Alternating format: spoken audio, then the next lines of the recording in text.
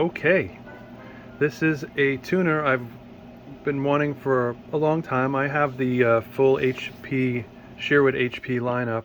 I have a 1000 and an HP-2000 amplifier, and I love them. Those are my babies. And I finally found this tuner that I've been wanting for a while. I bought it online. It was dead. I got a good price on it. No power. No, I mean, it didn't even turn on. So, after battling with it a little bit, I did a, bunch of part replacement and, the usual replacing caps and some transistors. I even had to replace an IC. Actually, I replaced 3 ICs. One of them was just shot, but I'll get into that in a second.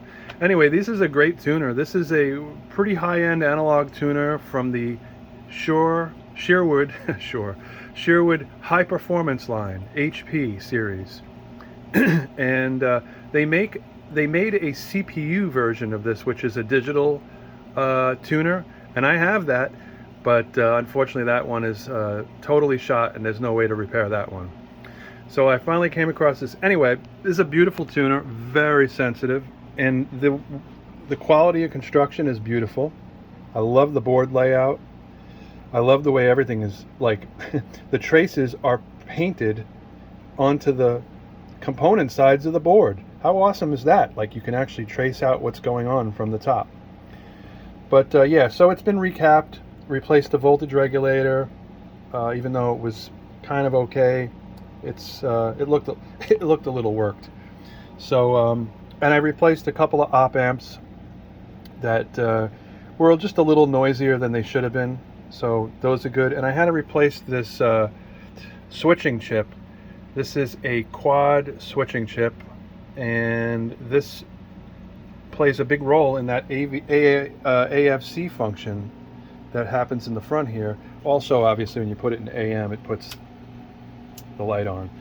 So yeah, I had a problem. I had a few of these chips around in my stock, strangely enough, and I even had one that's the correct date from when this was made. So this was made in 1977. So yeah, if you've seen this big type of box in other receivers, this is a I forgot the company who makes this, but this is a tuner module assembly that's used in several very high-end tuners in the 70s. Marantz, I believe, used a few of them. I think Pioneer had, and I'm pretty sure a couple of others used this multi-gang. This is a really nice. I mean, look at all the adjustments.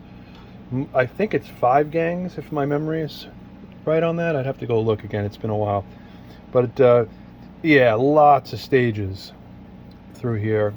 So really great front end. And then you have your RF amplifiers as transistors in the old metal cans, and actually they perform great. No reason to touch them. And that's it. So after that, in alignment, it's working great. I'm so glad to have it. I love that AFC feature. Let me explain that for a second. So the idea when I touch the tuning knob and it makes that defeat, this is so you could really fine tune in a station. So let's say we go off of a station here, right? You can see I'm way off this, I'll even skew it off even more. So I'm off a station, right? So, but I want to go back on a station. So you touch it, it defeats the AFC, then you find your station, you center your tuning, right? You get your center tuning, and then you let go. And then it automatically fine-tune locks the station for really stable tuning. So I'll demonstrate if I do it off frequency. So touch the knob, defeats. Now you see the tuning's off to the left, right here, off to the left. Now I'm going to let go of the tuning knob. You see how it pulls it back into tuning? Touch it again, off, let go, on. So the idea is you touch it, then you fine tune it really good, and then you let go, and now it's really locked in.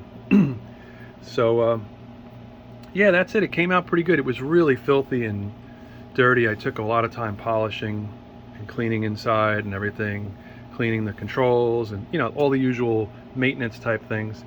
But great tuner. I just wanted to show it because you don't see these very often, if any, hardly ever show up. I don't know why. I see a fair amount of the HP 1000s and 2000s pop up here and there, but I never see the tuners. And I just wonder, maybe, I don't know, tuners were really popular back then. You know, radio was everything back in the 70s especially. Radio was awesome. If you lived in the 70s, you remember how cool radio was. And I'm showing the inside so you guys can just get a look at the boards. Yeah, I still have the incandescent bulbs in there. I'm going to leave them. I don't see any reason to change those. If this was a, I'll mention if this was a scenario where there was a lot of plastics here in this whole housing, I'd say, yeah, I'd probably go to LED because of the heat. But this is all metal. Everything is metal, man. There's no plastic anywhere in here, so no worries there. Anyway, all right, that's the final view of my HP-5500 Sherwood tuner, which is going to go into my setup with my HP amplifiers.